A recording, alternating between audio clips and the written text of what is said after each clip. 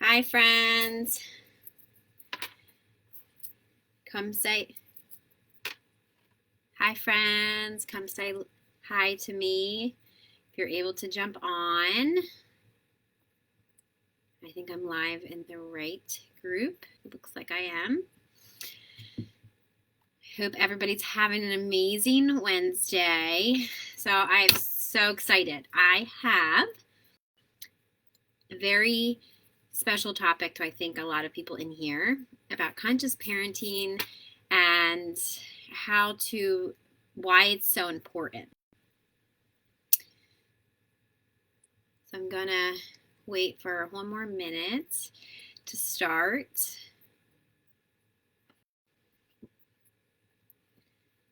And when you jump on, let me know what you're tuning in from. And like I put in the comments earlier or yesterday, to make your kids chart so you can follow along. And if you're watching this on the replay, #replay. If you're watching this over on my YouTube, fast forward like a minute and a half. All right. So why I believe that human design is so important in conscious parenting is because conscious parenting plus human design equals clarity. So what I mean by this is clarity is how we need and what we want to do to provide for our children at a soul level. So this is all at a soul level. Human design can help with identifying your kids' strengths and build on the weaknesses that they have, right? Hi, thanks for jumping on. Okay, so speaking about your kids' strengths and build on their weaknesses, the goal here is to help you raise awareness of why they are the way they are. That's the first one. The second one, how you as the parent can show up for them. And the third one, guide them and help them through their life. I believe that this is the missing puzzle piece to conscious parenting. I'm going to repeat that. These are the three reasons why I believe that if we do these three things as parents, that our parents maybe weren't aware of or just didn't even know how to do for us. So that, again, the first one is why we are the way we are. The second one is how we can show up as parents for us to parent them and guide them and help them through life. And the third one is to guide them and help them through life. So I mixed up the 2 and 3, but that's the 3 reasons. So what I'm going to do on this interactive live training, and if you are jumping on with me, let me know that you can hear me. And then let me know in the comments if you're watching this the replay or if you're able to catch this live. So I'm going to start out with the first energy type. So if your kid is a generator kid, this just means that they have a consistent source of life energy, meaning that they are like the energizing bunnies of the world.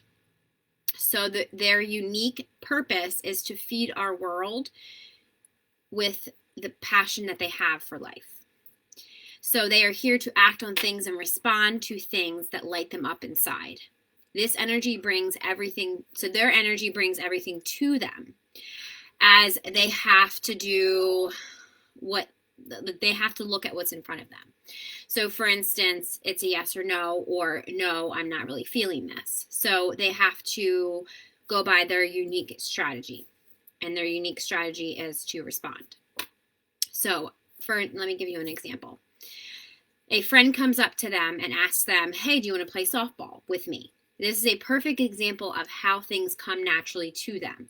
They get to decide how it makes them feel, for one, and then they get to make decisions based on how excited they get or how it makes them feel when they are asked. Let me know if this is making sense.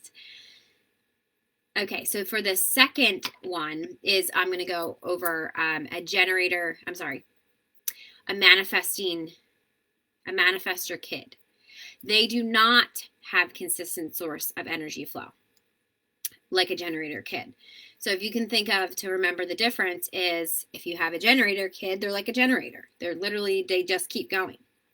Versus a manifestor kid, they tend to work in short spurts, but very powerful spurts with lots of rest time. So I'm talking 80% of the time is spent resting and recovering. So if you know that if you do your kid's chart and you realize that you feel that they're being lazy, it's just they're not. They're not lazy. It's they need that rest time and recovery time. So honor that for them, okay? And that doesn't make you a bad parent or, make you feel like a bad parent. It's just you don't know this until you know it, right?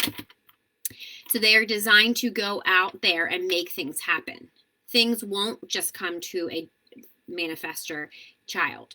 The manifestor child, as it does for like I said, the generator kid, they go out and get what they want. Manifestors, the generator kid attracts their energy is open, their aura is open and inviting. A manifestor kid is closed and repelling because they have to go out and make it happen. So basically, again, their aura, a manifestor kid, their aura is designed to push things out of the way so they don't get distracted, and they have to be the ones to initiate others into action. So a manifestor child, their strategy is to be informed before they initiate things with others. So let me give you a tangible tip. If they don't do this action, if they're not initiating others into action, they're simply preventing resistance or anger from other people. So that's the main goal of this. So they're like the trailblazers of society, and they can be met with a lot of resistance if they don't follow this strategy. That is very, very important. Okay. Just going to check the comments to make sure nobody has any questions. Okay. All right. So moving on to projector. So if you have a projector child, I'm going to tell you the 3 main tips that you need to know if you have a projector child. Okay. These are the kids that guide others into greatness and share their amazing gifts. Okay. So they are the innovators of the world. Now, the first main thing that you must know if you have a projector kid is they don't have a defined energy system. So they also don't have a consistent energy source, and they need tons of rest also. They are designed only to take energy in from one person at a time. So a parent one-on-one is perfect for a projector child. A teacher being taught in school one-on-one is perfect for a projector child. All children literally just need to, homeschooling, if you could homeschool your kid or you can teach them one-on-one, is perfect for any kid. No kid is designed to be taught in a setting of 25 other kids. Their needs are not being met. As I know that this is difficult when you work full-time or you're a single mom, I understand that you have to do whatever you need to do for yourself at the time, but ultimately kids learn in an environment when it's just, one-on-one with the parent or one-on-one with the teacher. The second one is they have to wait to be invited to share their gifts. The statement that you hear a lot is waiting for the right time and place. That is for them. So if you are a parent of a projector child, the great way you could be used is being that soundboard for that child and to hear their amazing thoughts and ideas and giving them space to be seen and heard. This is very important for a projector child. It is not, if not, this is where they will feel rejected.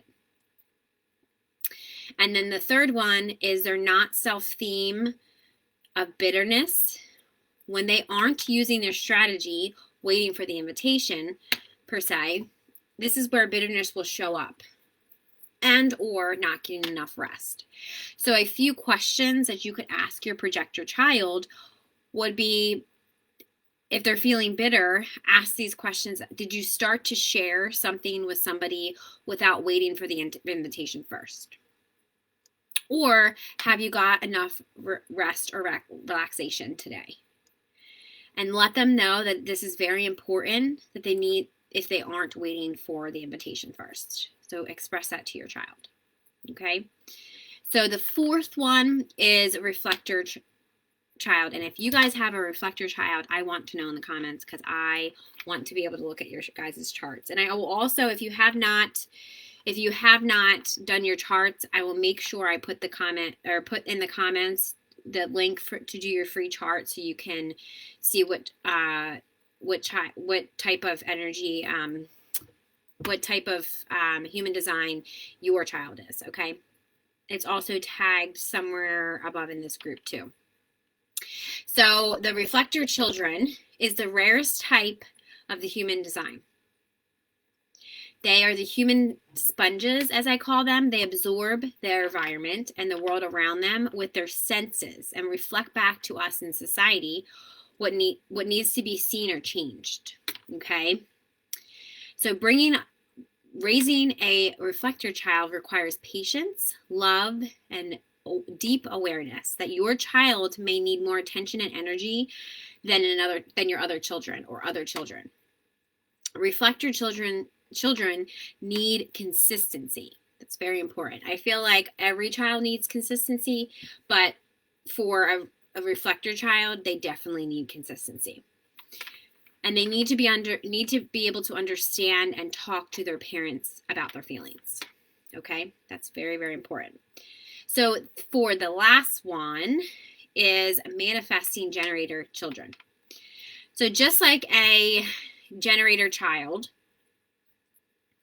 manifesting generator children need to be given a yes or no option. So for an example, do you want to wear a red shirt today? Or do you want to wear a blue shirt today? Or you can say, do you want to wear a green shirt? Or do you feel like the blue shirt is better? The more that you allow a manifesting generator child the freedom to choose, because that's all it is, the more that they stay connected with their inner authority and their inner compass. And that's very important for generators and manifesting generators and children. The same thing with adults. And this takes them to the right place and opportunities in life when they trust their inner authority, which is just their gut feeling. So a manifesting generator child needs to first explore and engage in activities that spark their interest and passion. Same thing with generator kids. They need to learn in a self-paced environment. Same thing with all of the other types that I just said earlier. Third, they need to engage in plenty of activity and physical activity daily. Actually, they need to engage in, plenty of exercise and physical activity daily. For rest, they need to go to bed when they're tired and not at a set time. Now, I understand that this is hard because, all of us, if you work all day long, you like the routine of bedtime and, it has to be at a certain time, but you're going to be met with a lot of resistance. Or if you can resonate this, drop it in the comments. A lot of resistance when you have a generator child and they don't want to go to bed because they're not tired. So then the fifth one is to be asked, do you want to do this? Does it feel good for you to do this? Is this good for you at this time? It is better for you, or is it better for you to do this later? These are all questions that I suggest you ask your manifesting generator child so they can tell you the answer instead of you answering for them. That's not helping them. That's just you answering the question for them. So manifesting generator children often have a low tolerance for frustration and can seem to skip from one thing to the next. So let me know if that resonates if you have a generator child. It is important for them to learn to connect with their sacral sounds. These sacral sounds are mm-hmm and uh-uh. So if your child is saying mm-hmm and uh-uh, they are doing the right thing for them. They're doing the exact same thing that is true to them. so they know that they can connect with the correct choices. Okay, so it's not being disrespectful to you. That's a lot of us. I know when I was a kid, I would do even though I don't respond that way. It was always taken as disrespect. I'm sure a lot of people in my generation can, resonate with that. And it was just how I learned to trust myself. So that is not, that's something that we need to change as a society, because that's not disrespectful. It's just how some of these kids respond. Okay.